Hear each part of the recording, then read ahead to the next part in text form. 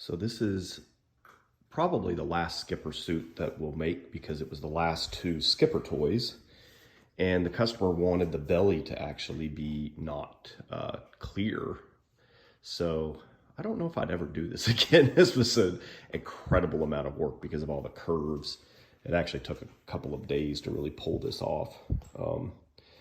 But basically, I ended up taking some kind of off-white vinyl and putting it on there, and it took a lot of tweaking and trial and error. That's partly why this little patch kind of is in the middle, because I kind of started off with just attaching it along the sides, and I did kind of keep the little flap there because that's there anyways. That's kind of part of the seam that's there from the factory. But I basically just kind of glued it and did it with it mostly inflated, not completely inflated, because I wanted it to stretch just a little bit more to take out any, wrinkles or anything.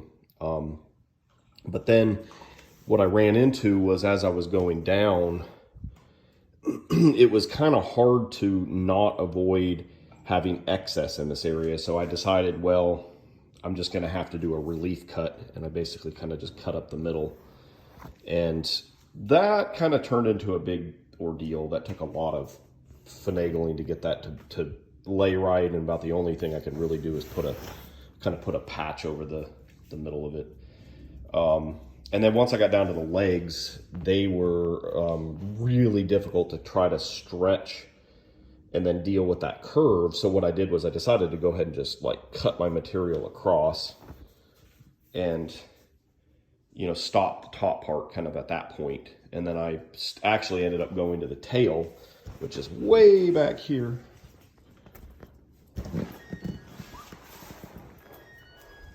And then I started on this end and kind of worked my way back. What I learned was, even with kind of dealing with it being inflated, I still had to do some little relief cuts, which I decided to put kind of strips over them to make them look a little bit nicer. And then I kind of worked my way back. And once I got to the legs, I ended up having to I did my best, but then I went over it with some strips there and there to get everything to kind of work right. And actually on this part from where the legs attach down, what I did was I actually glued it's kind of hard to see, but I glued you can kind of see it there. I kind of glued in the middle first. What I did was I put painter's tape on either side and kind of created a little channel and just glued all the way from the tip to there so that it was attached in the middle, and then I could stretch it to the edges and attach it, and that seemed to work better.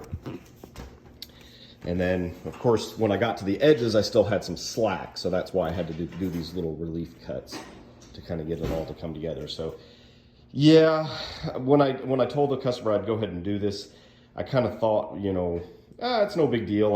I've glued the 8-ball logo on an 8-ball before, but this was way more curves and stuff, and just took a lot of figuring out to get it to work. But it is kind of cool.